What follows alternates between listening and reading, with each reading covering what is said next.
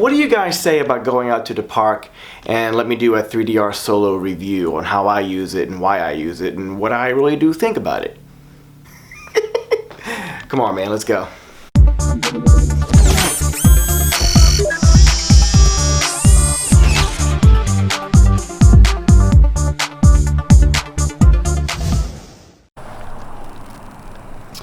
Okay, so if I can show you,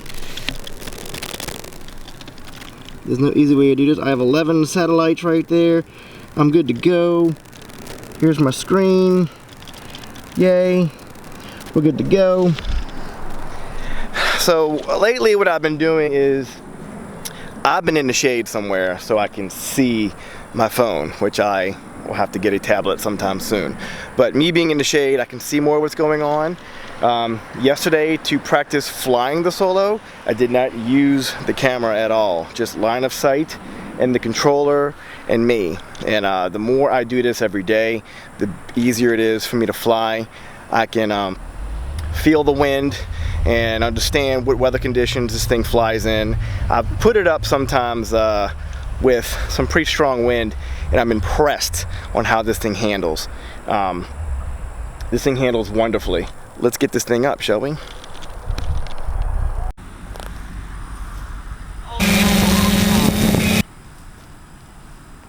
Here we go.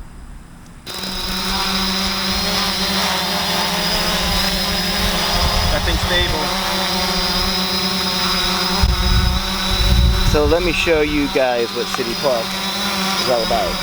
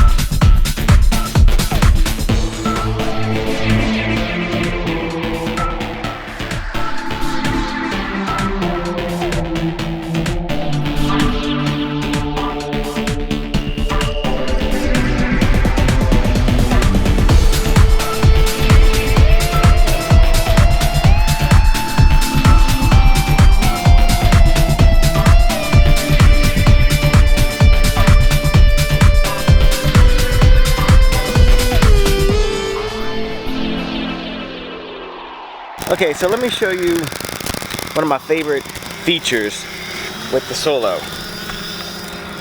On the app, can you see the app? You hit this guy, you hit cable cam, and then it says, hey, beginning point is A. Press A. So let's press A.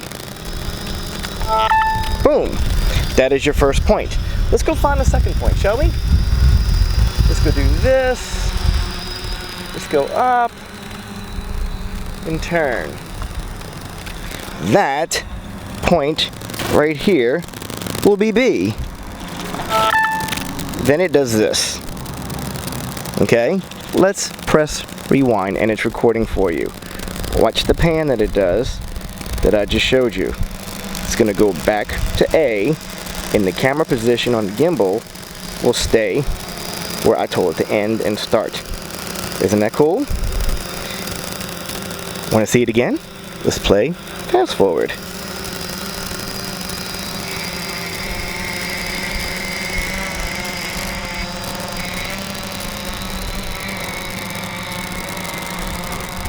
Isn't that neat? And this guy does exactly what I told it to do. It goes from B back to A at the camera position I told it to.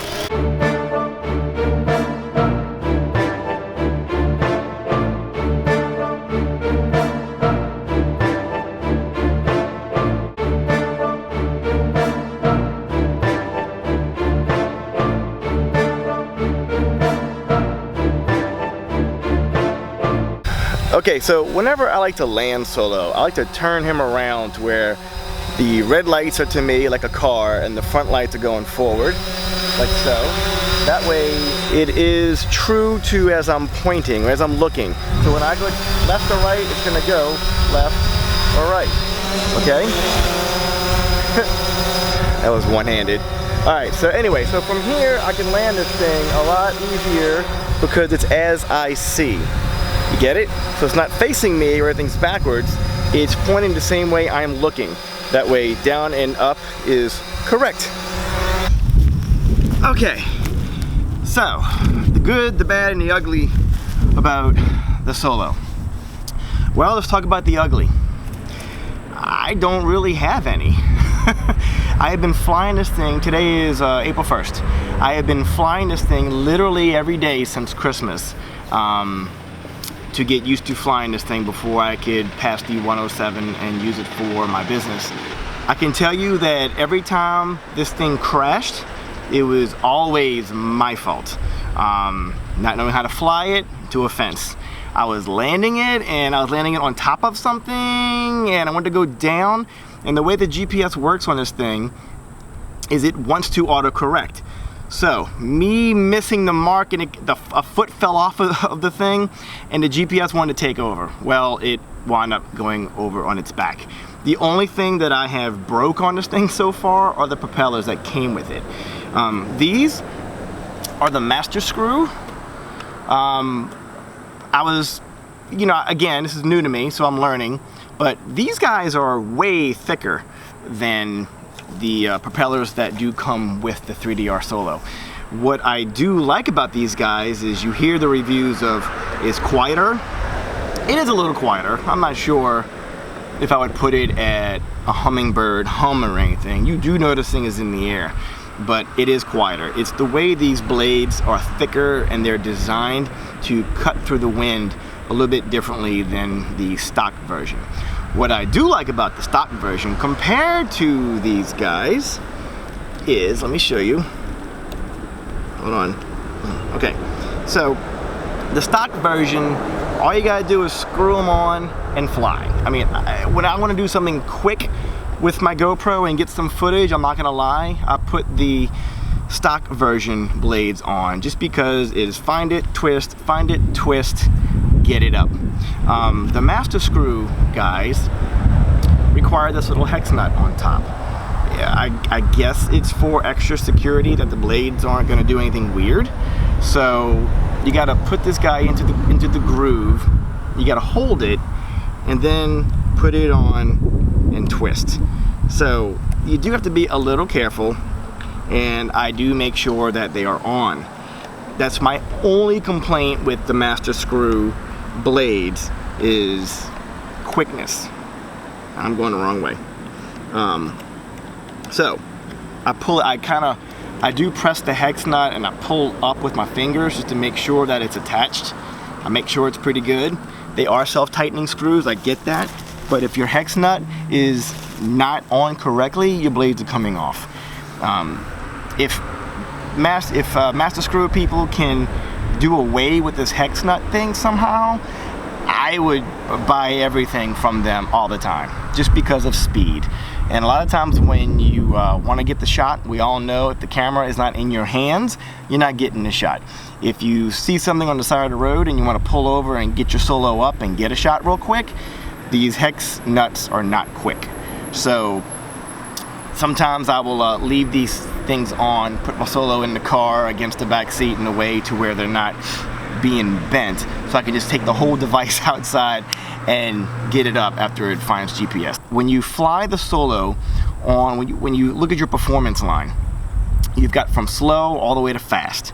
This thing performs at fast, like it does. It's not going 90 miles an hour, but it does go very fast.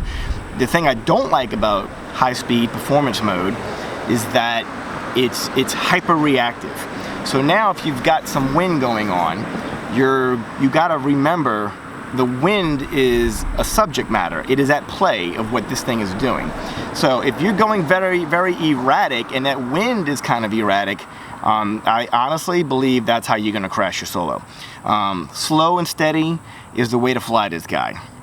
Especially the reasoning for why you bought this thing. Now, I bought this thing because of right here. The gimbal, getting footage, when I photograph any housing markets or any other commercial properties that need to get done. That's why I bought the Solo. This thing was designed for air photography and video. That's why I got this thing. If you want to just get something at a very good rate, by the way, thank you for the $300 price point 3DR and Best Buy. That severely helped me get into something. I love DJI. Honestly, I want a Mavic Pro really bad, but that's $1,000 I do not have right now. So the $300 price point, and it comes with props and the extra battery, that was a godsend. I have bought extra batteries since then. I have a second charger, which helps. Go get one, you'll want it quickly. And I did upgrade some blades, but minus that, I'm done. And I already had a GoPro. If I had to buy a GoPro, I guess you'd be at the $900 mark, $800 to $1,000 mark if you had to buy a GoPro. I already own my GoPro. So this was a wonderful addition. I thought I would learn how to fly this thing, and if I crash it at 300 bucks, oh well, it's only 300 bucks. Believe it or not, this thing is a machine. This thing is built to do its job. It's very stable. The software that comes with it works. I think the price mark is gonna go up after they get through their inventory of overdeveloping Solos, and I think the price point may go up. Honestly, if you're smart 3DR, don't raise the price point. Take over the market by getting more of these things in the air. That's the best thing you can do, because buying features and taking care of its motors and its battery and its gimbal and taking care of those kind of things is how you as a company will stay in business. I really dig 3DR. I have not flown the Mavic yet. A buddy of mine has it. I know it's super small, and that's why I want it for my vlogging reasons. I can keep it anywhere. I do have this thing in a hard case just because I already had the hard case because I am a pro photographer. So back in the film days when we had bigger gear, I had a hard case. In retrospect, take it to a park where there's a lot of open space and keep it on slow-ish mode and practice flying. Another little upgrade that I did do were these little knobs, these little silicone knobs. That's really cool, because the little plastic knobs that are on there, your thumbs will slip. My thumbs aren't slipping with this. In fact, it's like a PlayStation joystick or whatever. You know, you're used to doing this already at gaming. This guy right here is for up, for down, and when you turn it, it does this. This guy moves forward, moves backward, tilts to the right, tilts to the left. These things do different things, and you have to get used to when do I use them both. And I know that now after flying this guy every day since Christmas, and it's becoming a lot more normal for me. So when I get into a windy scenario where it may lose a little bit of altitude, I have lost GPS a couple of times under trees. I don't know why trees are that deflective of GPS signals, but okay. As you study for your 107, you're going to quickly learn about what wind does to the device and how your device reacts to the wind. I understand this is a quadcopter, but it's no different from a regular helicopter. It's pushing wind down. So when you have wind doing this or this, okay, this guy is going to react differently because of the GPS auto functions. The GPS wants this thing stable. So when it's not stable, it auto corrects. So when the wind is coming really strong this way, your Solo may be like this, but your gimbal is keeping your camera straight. That's cool. And this thing does react. What I have been practicing for, honestly, is for when GPS is lost, I know how to work my device. I know how easy and how much I need to push the knobs for stability. These things are highly sensitive. This is not a toy. By any means, this is not a toy. You can definitely hurt somebody very bad. You can hurt property. You can damage a house. Literally, this will hurt. Imagine putting a brick in your hand. That's about what this is with blades on it. So, if you follow me already, thank you. If you do not, please hit that subscribe button, hit the bell so you get notifications when I post something new. But what this guy does is unbelievable. I'm gonna put some links at the bottom of this video for some videos of how I've used this thing with the functions with the cable cam, and I absolutely love what Solo can do. So 3DR, thank you. I appreciate you. If you have any questions to me about the 3DR, feel free to message me, or why don't you just start a conversation below and other 3DR Solo members can respond. Thank you for watching this episode of Focused. I hope you got something out of this. Again, if you have any questions, leave it in the comments below. And no trolls, only positive people.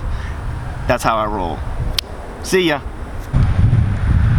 I do like this little master air screw bag that this thing comes in. I did make a small adjustment to the bag, however. I got one of those thick rubber bands because as cool as this bag is, it does not cinch closed. It doesn't stay there.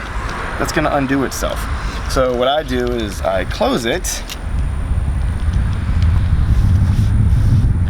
and I took one of these little rubber bands that, honestly, when I bought broccoli, this was around the broccoli stems. That's where I got my rubber band from. 2 times and I'm done. In the bag. Okay, real quick. So if you noticed, I had the alpha antennas. The reason for that, I do not fly my Solo extremely far out of sight. I know those range tests are awesome and that's great, you can do that, but I actually do like line of sight. My main purpose for using my Solo eventually is for business, and it will be within line of sight, doing homes and stuff like that. There's the videos that you can go click on the bottom and go see. My reasoning for getting the antennas, honestly, is because the range widens on your signal. So honestly, I want to make sure that the Wi-Fi is always there, always having control. The width of your range, I'm holding the camera so I can't use 2 hands. The width of your range of your Wi-Fi greatly widens with the alpha. It does go distance-wise too, but I'm more concerned about the width. I want to always be in control of my Solo, and not that the stock guys aren't great, it's just for 20-something bucks, get the alpha antennas and your peace of mind will be there.